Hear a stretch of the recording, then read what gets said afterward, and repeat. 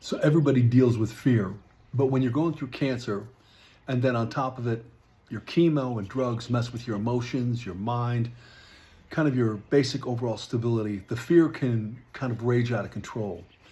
I know for men, in speaking to them and myself personally as I went through it, I had three major fears, and women had three others, very different, and I'll cover those in a minute.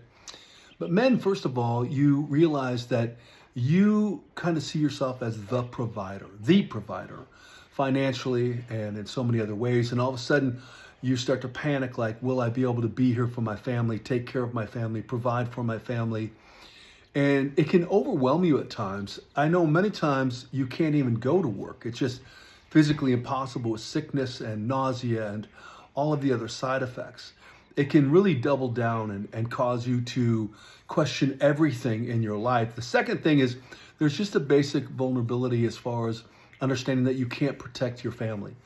I remember so many times just feeling weak and going, if something happened right now, I couldn't protect my wife, I couldn't protect my kids. Luckily for me, I have two young, big strapping boys when I was going through cancer that were there. In fact, my oldest moved back from college to be with us during my very first cancer. So I had that, but still just out and about, you feel very vulnerable physically. I've always been a big guy, strong in, martial arts, but when you're going through chemo, that's all stripped away.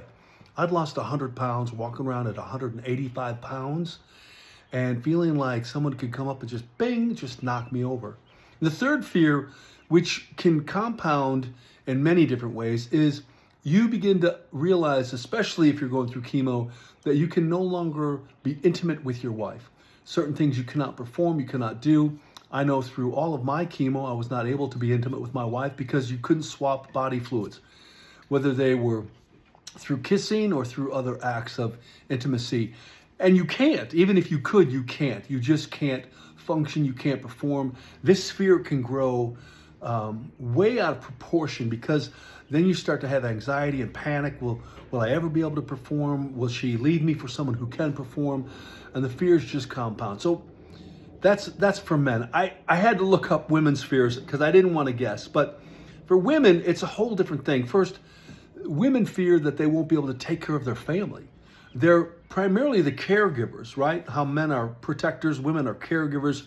And they start to wonder, especially if they still have kids at home, will I still be able to care for my kids, love my kids, pack a lunch, be there for them after school, emotionally, mentally, physically? Secondly, they are worried about how chemo and cancer will affect their appearance. And I know with breast cancer survivors, that's a big issue. But in any cancer, it affects you physically. You weaken, your body changes, your hair falls out, your hair changes color. And it's one of those things where you can really, as a woman, from what I'm reading again, it can change your identity and you don't realize it until you're in the middle of it. Also, then there is the final isolation strain. You pull away from relationships. You feel like you can't connect with women the way you used to. And when you go through chemo, you kind of don't want to be with people. It's weird.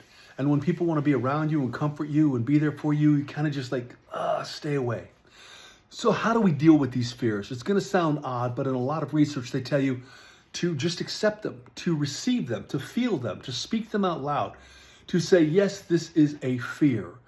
And then once you receive that fear, say, but I'm going to fight through it, but I'm going to make it. So you recognize the fear, but then you speak positively about the journey you're on and the outcome you expect and the health you will receive and the new path in life that will be waiting for you. So acknowledge, accept, receive, and then share with yourself verbally out loud how you will get through this. You are a survivor. You will make it. I made it. You can make it. Look, I don't know what you need. Let me know, but let's go through this together.